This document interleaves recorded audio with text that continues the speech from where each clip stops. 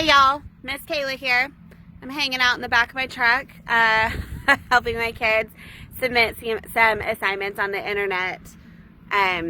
Most of you probably don't know where I live. We live in between Frisco and Allison, and so we live down in this big hill. I call it the crater. And our internet sometimes kind of hit or miss, so we had to come up here to the top of the hill to get some internet to send in some homework assignments. And it's such a pretty day. We're just hanging out, and I promised an Easter story. So I wanted to read this Easter story because I think with everything that's going on in the world today and being homeschooled and all the things that is so prevalent on our minds right now, that we've kind of forgotten that it's the Easter season. That this is the time we're supposed to be talking about and celebrating Jesus' life and death and resurrection and all the things that his death meant for us, secured promises for us. And so I have a book here that I want to read. It's one of my favorites. Let me flip my camera around and see if I can show you. It's called The Donkey That No One Could Ride. And it is based out of Luke 19:28 through 38. And I'm going to read that to you real quick. It says, Jesus went on toward Jerusalem. He sent 2 disciples ahead. Go into that village over there, he told them, and as you enter it, you will see a young donkey tied there that no one has ever ridden. Untie it and bring it here. So they brought the colt to Jesus and threw their garments over it for him to ride on.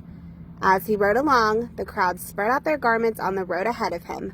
All of his followers began to shout and sing as they walked along, praising God for all the wonderful miracles they had seen. Blessings on the King who comes in the name of the Lord. Peace in heaven and glory in highest heaven. There once was a donkey, young, weak, and small, so weak he could carry nothing at all. Even when children sat on his hide, he'd wobble and tumble and fall on his side. No matter how much he tried or he cried, this was a donkey that no one could ride.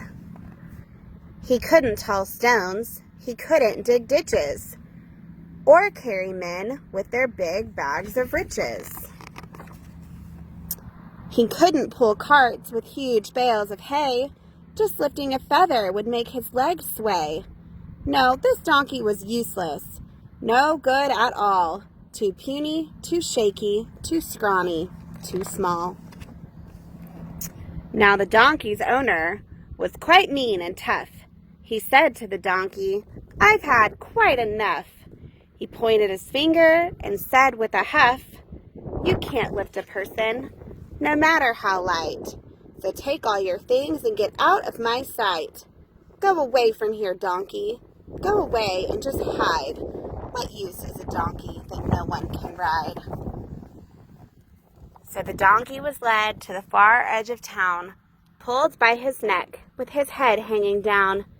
He was tied to a post on a small dusty road and left all alone while his tears overflowed. Left all alone and wondering why he was born to be weak and born to be shy and born to be frightened and born to cry. Just then, 2 men appeared alongside the post in the village where the donkey was tied. They came without warning on that fateful day. They came and untied him and took him away. The donkey was frightened. He said to the men, "Where are we going?" And then said again, "Where are we going? And what about me? Please leave me alone and just let me be." "Keep quiet," the men said. "We mean you no harm. Just follow us quickly. No cause for alarm." They walked on for miles and miles until they got to a town at the foot of a hill. At the foot of the hill stood a man tall and thin, wearing a cloak and a beard on his chin. He had eyes that seemed sad and longish dark hair, and a voice soft and gentle that floated on air. He said to the donkey, "It's time that you knew about the great thing that you're destined to do. You'll carry me into the city, we two. Into the city, I'll ride atop you." "What's that you say?" cried the donkey with dread. "There's simply no way. You've been misled. I'm just a small weakling. You must go ahead and look for another to take you instead. You see, I'm just hopeless. Ever since I was born, I've been subject to insults and teasing and scorn. My back's somewhat crooked, my legs aren't strong. I'm just a big failure who does everything wrong. Won't you believe me? The sad donkey cried. Just leave me alone and cast me aside. I'm just a poor donkey that no one can ride. The man looked at him with a face that was wise, with a warm, tender smile and love in his eyes. And then, in a calm and mysterious way, he opened his mouth and started to say, "My help is enough. It's all that you need. It's all you require in life to succeed. The weaker you are, the more strength I give. I'll be there to help you as long as you live.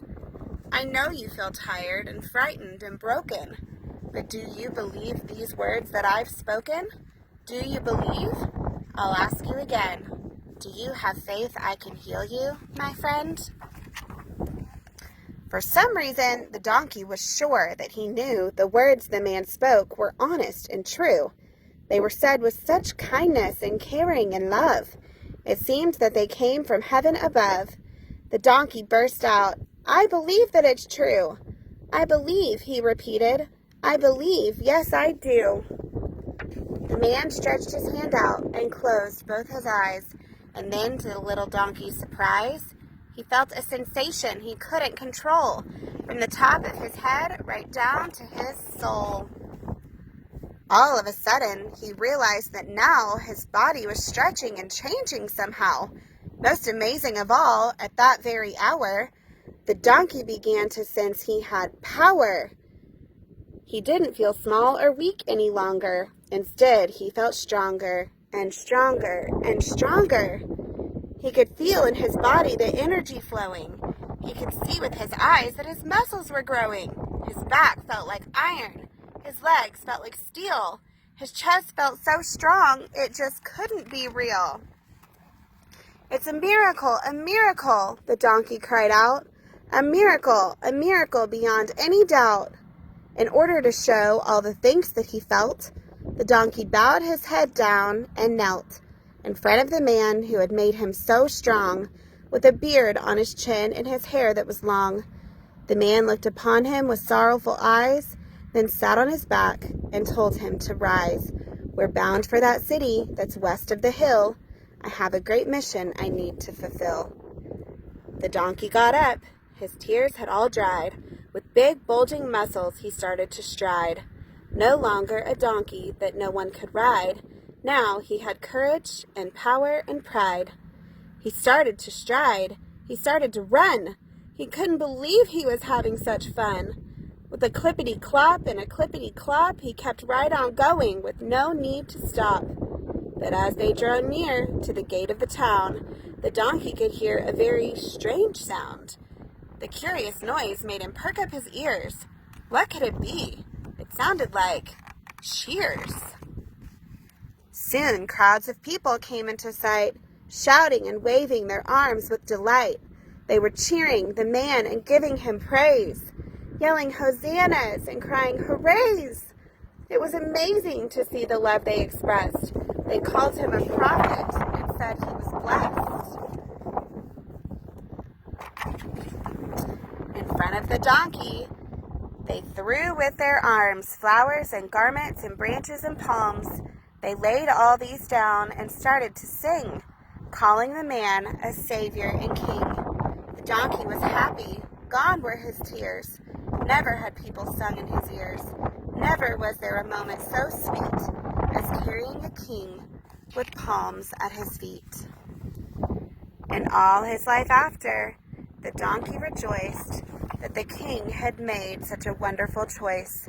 To help with the greatest mission of all, the king used a donkey, young, weak, and small. So every year at Easter time, renew your hopes again. Remember how a little faith can give you strength, and then gather all your friends around and tell them the tale of when a tiny donkey carried God into Jerusalem.